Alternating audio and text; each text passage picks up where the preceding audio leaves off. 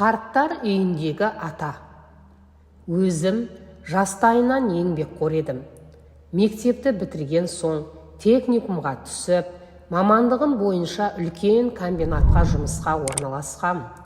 Сол комбинатта ұзақ жылдар бойы жұмыс жасадым, деп атамыз әңгімесін бастады. Жұмысымды өте жауапкершілікпен атқардым. Тәртіпті сақтап, өз ісіме адал болдым. Өз ісімді жақсы көрдім. Содан болу керек, 10-15 жылда үздік қызметкер болдым. Басшылықтан көптеген марапаттар алдым. Тіпті Лениндік сыйлықтың иегері атандым. Ол ма?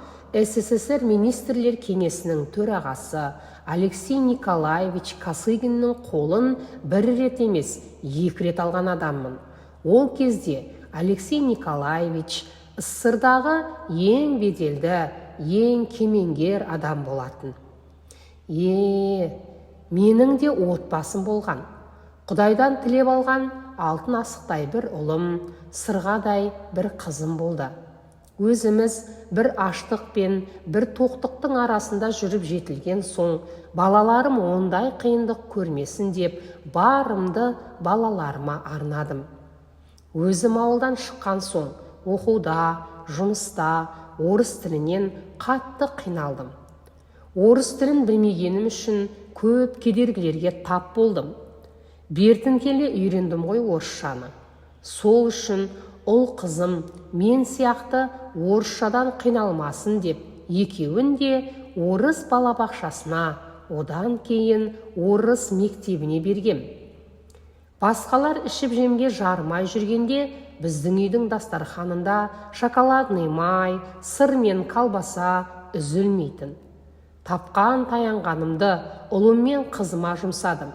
Киімнің түр-түрін кигіздім, тәттінің шырынын ішкіздім. Ұлым 10 рубль сұраса 50 рубль, қызым 20 рубль сұраса 100 рубль беретінмін.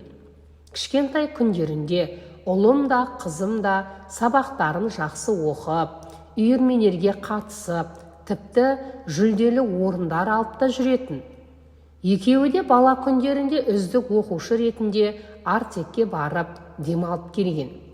Бірақ қай жерде аяғымды шалыс бастым, қай жерде қателестім, белгісіз. Ұлым ер жетіп, қызым бой жеткен соң көресіні көре бастадым.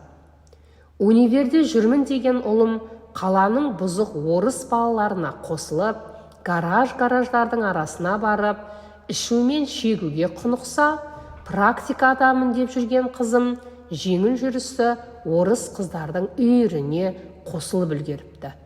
Содан екеуі де адам болмады ғой. Ұр, соқ, жазала, беттері бері қарамады. Бауыр етімнен жаралған ұлым мен қызымның көрсетпегені қалмады.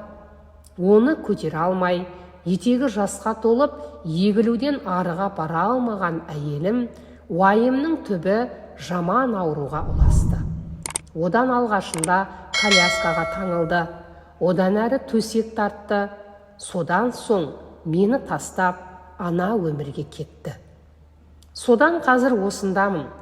Құдайға шүкір, тамағымыз тоқ, киіміміз бүтін, ауырсақ емдейтін дәрігеріміз бар. Бұған да шүкір, деп қария әңгімесін аяқтады. Осы біз аяғымызды шалыс басып жүрген жоқпыз ба? Әлеуметтік желіден алынды.